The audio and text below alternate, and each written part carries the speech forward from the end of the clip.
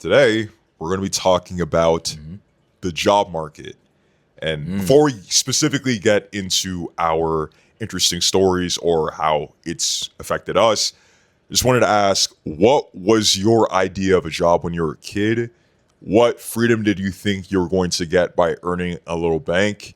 And also, how have your expectations been for interviews, the whole process, again, when you were younger, compared to how it is in actuality as an adult? This is weird. As a kid, I always pictured myself being an engineer, actually, even though I had no clue what being an engineer meant. I thought the engineers worked in factories. I don't know why in my childhood, even I mean, still childhood, but even my later years, like when I was 16, if I pictured being an engineer still in a factory, I have no idea where that came from. But I thought I was just there's all the machines running and stuff around me. I'm in the middle of the factory with the lab with the computer, just cooking up some designs. That's crazy. Whatever aerospace part or whatever I was working on. But yeah, so I guess that's kind of what I envisioned the day-to-day to look like, even though that makes no actual sense. But in terms of the lifestyle, I definitely expected to be able to travel and afford to live on my own and be able to buy groceries. I guess the equivalent of that would probably be roughly 100K is what I expected. So in my head, I thought you'd be able to live like that, making 50 or 60. Yeah. So I was really far off. Yeah. Okay, I got two questions for you. What was your first job, and was it like how you expected going in? My first job actually wasn't until after I graduated from college. And that might seem crazy because a lot of people worked at Foot Locker, worked at the movie theater, sweeping up the popcorn, or whatever the case might be, just to get a little coinage to your name. But the expectations were that everything that I learned through undergrad would just cross over to the job that I was doing. Oh, really? Yeah, exactly. I knew I wanted to work in a laboratory, be a chemist, yada, yada, yada. But the first job I got was just some stability testing for things that happened within the lab. And in that, it was a little bit of a curveball because it wasn't necessarily one for one in terms of transferable skill sets. I'd say one thing I had to adjust for was just working with people who are much older than I was. And having to deal with that outside of work was just a struggle because, again, we're just younger at the time. But crazy enough, working with older people is actually pretty awesome. They're really knowledgeable. You got to pick their brain on things. And you get to learn the ropes of everything you need to succeed for the most part in your industry. So I say lean up on that. But that just reminded me, you're speaking on working with older people and I guess not the culture shock, but that being surprising to you, because that's something that's weird to think about. Your whole life you're around people your age, exactly, growing up all throughout school and college as well. So that you're just used to only being around people that are basically the same age as you, and then you now being in a working professional environment and you're around people that are at 40s, 50s. Yeah. So it is definitely you can feel the difference there, and it's a different vibe. But my very first job was actually at a warehouse, and very similarly, there were a lot of older people. I was 21 at the time, and I was working with some people around my age, but also some people that were a lot older. But I think the difference there is it was not a professional environment, so there wasn't the same level of maturity and decorum that you would expect from somebody who was in their 40s or 50s. I remember this is kind of one of the reasons why I ended up leaving that warehouse job, because I actually didn't mind working manual labor. I kind of felt it to be somewhat fulfilling in the sense that I could visibly see the work that I did. I mean, it wasn't anything crazy. I wasn't building the Eiffel Tower or anything. Yeah. But I used to joke around with the guy that I liked working with. He was around my age. But we were professional box stackers, and I used to troll him because that's literally what we're getting paid to do. We're stacking boxes into the containers. I was working with the guy that I was working with for a few months, and then he just stopped showing up one day. It was one of those places. It's a BS dead end job. High turnover. Yeah, super high turnover. So he just stopped showing up one day. I don't think he put in a 2 week or anything. He didn't give a damn. It's crazy. But so I just get mixed up with random cretins and stragglers. And I say cretins and stragglers because one, I never saw anything, but I heard from other people that people were literally smashing inside of the containers. And then I get matched up with, I want to say he was around 35. And there's a lot of people who have criminal histories. We'll say that. Yeah, we'll say that. Yeah, not exactly the brightest and best of society. So, but he seemed like a normal guy. He was cool. Like he worked pretty hard, and so like I didn't mind working with him. This is my third day knowing him, and he starts telling me about how he's having some troubles with his baby mom, as he called her. Oh, very professional though. Yeah, very professional. Yeah. Again, he's like 35. I'm 21. He's asking me for life advice. Yeah. So that just lets you know where we're at right now. But basically, the troubles he's having is that he crashed her car the day before he came into work. Ooh. And he didn't have insurance. So he left her car there and ran away. So he was asking me if he should stay with her because then he's going to have to buy her a new car. I'm laughing. The situation's not funny, but there's the absurdity of it all. Like this, like first of all, trauma dump from hell. First of all, it's crazy. Yeah. Second of all, turn yourself in, nigga. How about that? Yeah. That's my advice. Go to jail. A lot of the people did have criminal histories, and a lot of them, it's just like it's a dead end job. Anybody could do it, and so like I think that there should be some room for like people who do have criminal past to be able to get a job and kind of try to get their life together, and they should be able to do something to make money legally. But yeah, like somebody like he just wasn't trying to get his life together. So I think he was a net negative. I would say another thing too. I kind of mentioned this earlier about like making like your first paycheck.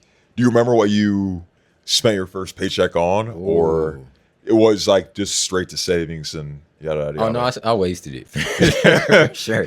I'm trying to remember if it was my first paycheck, but I want to say I got a drone, a microphone, and a GoPro.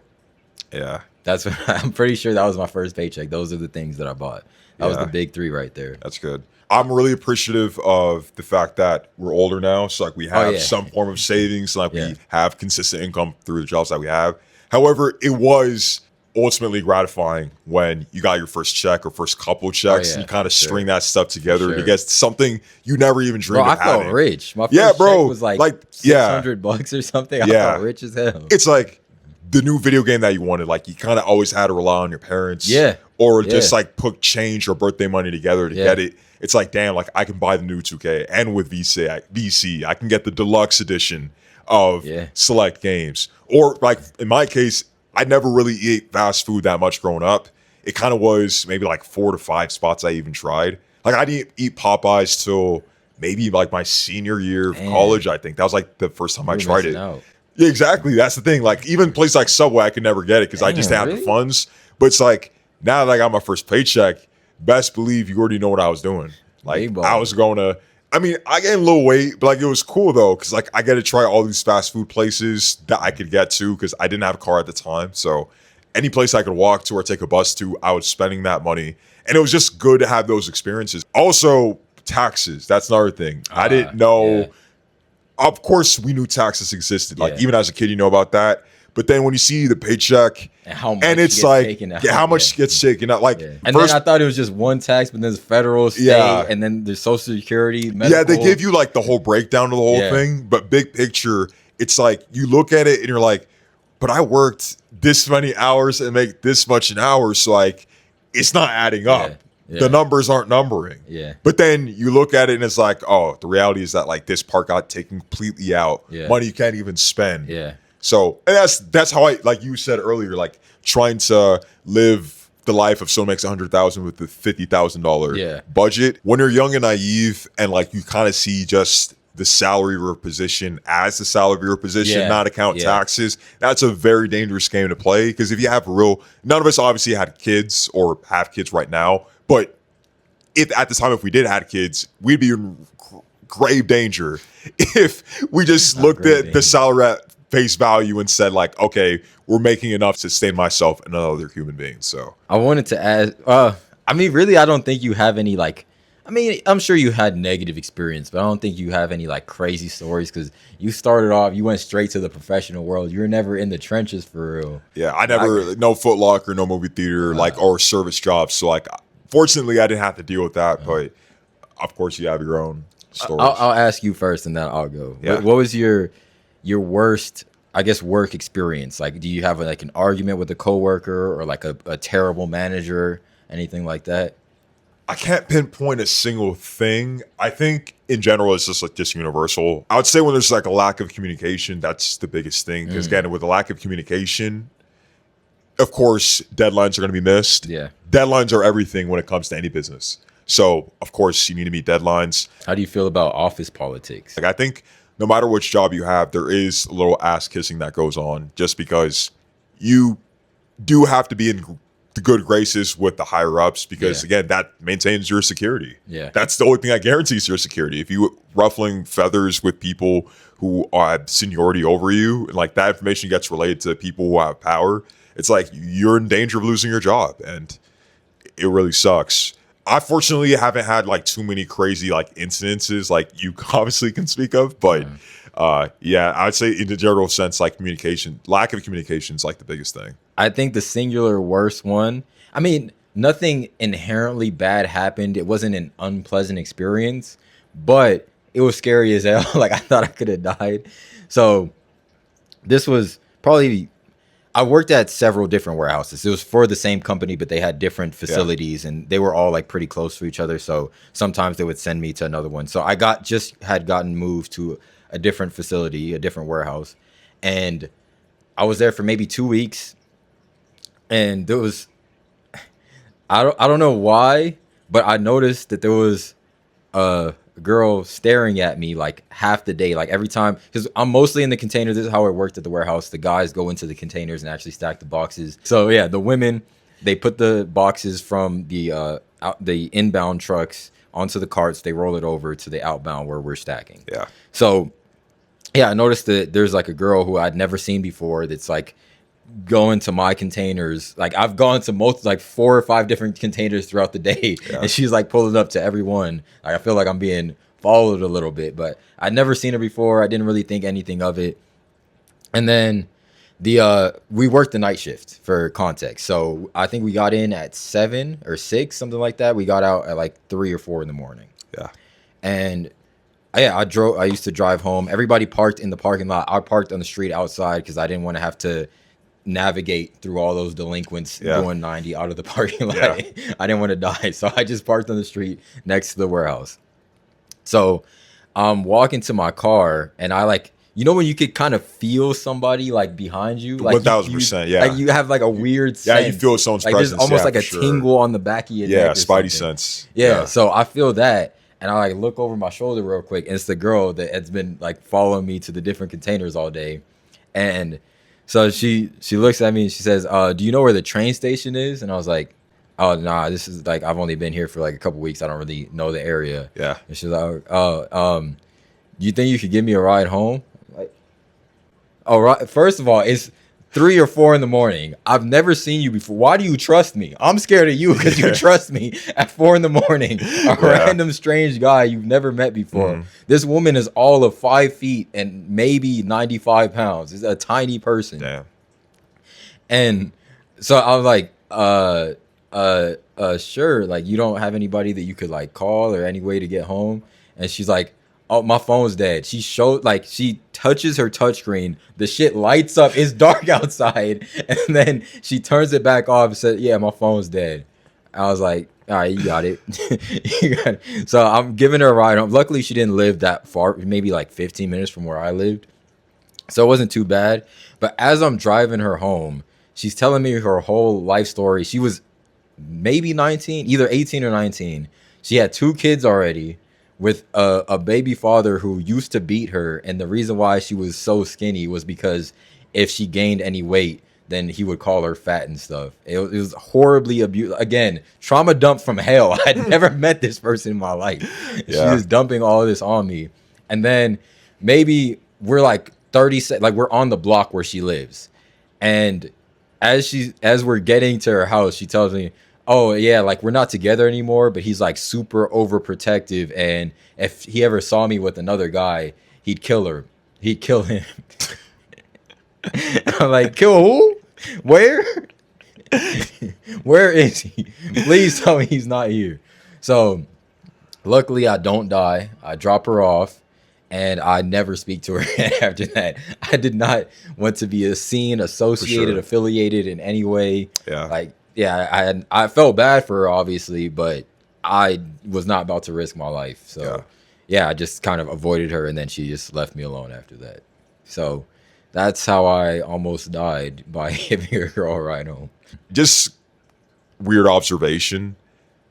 It's so crazy how, like, Tom Brady played 20 plus years in the league, and like LeBron is on his going on 24th season. Wait, stay with me. It makes sense. It makes sense. You go for a certain job and you're there for like a couple years, and you kind of know how everything works, the turnover, who's getting promoted, who's changing positions. And it's like, you really want to stay in that same place for 20 years? There are situations where, again, like, it's a good company, there's good compensation, you're very passionate about what you do, it's close to home, there are factors like that. But to me, I would just want a new challenge, like after a given amount of years. I don't know, I just like a little observation there. So first of all, crazy segue. Oh yeah, you almost died. Tom Brady's the GOAT. He is, and LeBron's the GOAT too. But yeah, we had a conversation, obviously off air, where how much should we reward loyalty within the workplace, and is work loyalty truly a thing? Because we've seen people who have been with the company 15, 20 years get let go. Yeah, there's a lot of people. Exactly. It could be ESPN, it could be a warehouse, it could be wherever. Yeah, get let go. We've seen people who are, again, have a lot of agency within a company. They have a lot of connections, get let go as well, just to bring in someone else who offers a different flavor, or we're going younger, or whatever the case might be. Job hop 100%. I'm team no loyalty. When in jobs, when it comes to the workplace, in jobs in the workplace, I'm team no loyalty 100% of the way.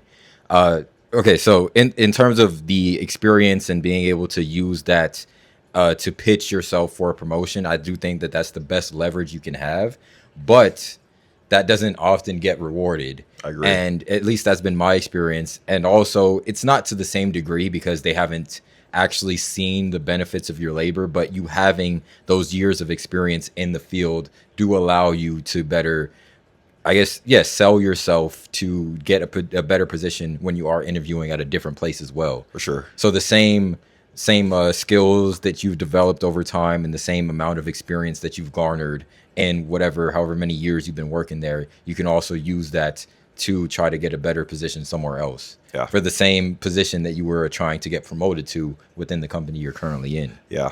So yeah, I'm definitely team no loyalty on that. And also, like, it's the job market is really bad right now.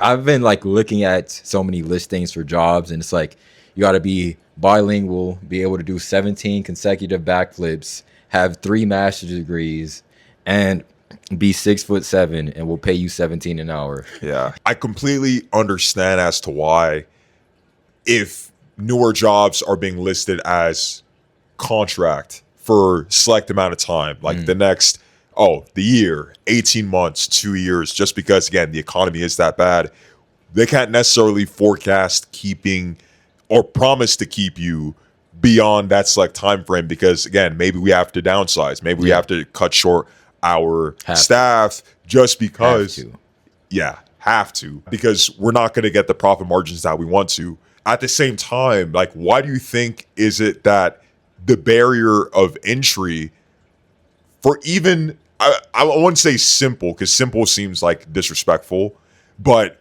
entry level positions, why is the barrier entry that high when basically the central purpose of these positions is so that people with lesser experience can gain that experience Yeah. and then move on to the next job. Yeah. So like, why do you think that's the case? Why are they increasing the barrier of entry for those jobs? Well, I mean, I need to see the numbers on this, but I know AI is replacing some jobs. It hasn't replaced nearly as many as the projections said that they would have by now.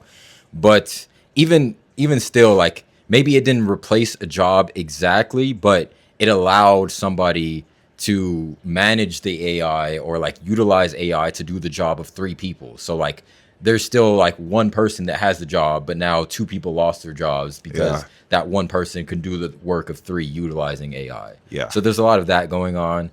But also, I just think that the jobs that pay well also just require like a ridiculously high level of experience. And let's be honest, there's a lot of nepotism going on I agree as with well. that. And Yeah. so, like, and this is personal experience as well. Like, every job, yeah, every job that I've gotten up until this point, I have gotten because I've known somebody that has worked there before me. So literally every single one, I've had like 5 different jobs. Yeah. So yeah, it's just it's a real thing, and I just think that maybe I don't know exactly what the hiring or recruiting process is. I've never worked in HR or like as a hiring manager or anything like that, so I don't know the behind the scenes, but I just don't think that there are very good systems in place for how they vet their workers and determining who is actually a qualified candidate. Because I know a lot of people are just lying on resumes, and there's even a weird thing now where like you have to use AI to optimize your resume that looks appealing to the other AIs that they're using to filter through the resumes on Yeah. the hiring end. Yeah. I also saw a thing where if basically, like you just said, there are AI checkers that these companies are using. Yeah. A lot of them like use the same lot of ones. So when you get Yeah. rejected from one job, you're getting rejected from all the other Ah. ones. Yeah, that's the thing that I read. Okay. I saw somewhere. Yeah. That makes sense. Yeah, exactly. So yeah, AI is a big factor of it, but like there's no reason why a job that can reasonably done with someone with a bachelor's degree and some years experience, there's no reason that job now needs a master's degree or even a doctorate. I've seen jobs where it's like I look at the responsibilities, I'm like, okay, that's cool. You check the requirements, it's like, oh, we prefer a doctorate with 10 years of experience and da da da da. It's like, I'm not saying that's the case for every single job. There are people who are still getting jobs and good luck to them, but it's just unfortunate for everyone else because the job market is really tough right now. Yeah. Guys, if you're still trying to find for a job, look for a job, like still apply anywhere you can. Like it isn't the end of the world. Like there's still jobs being offered out there. Yeah, And there it are still people exists. still being employed. So regardless of how discouraging it might look, just keep applying and hope to see if you land something. Because at the end of the day, the world doesn't stop. It's going to continue. So We just gotta do what you hope need to do. government regulation comes through and doesn't allow AI in certain fields, and then I agree with go that. work there. yeah. That's our only Yeah. hope, bro. Just cross your fingers, cross your toes, and stay hopeful. See y'all next time.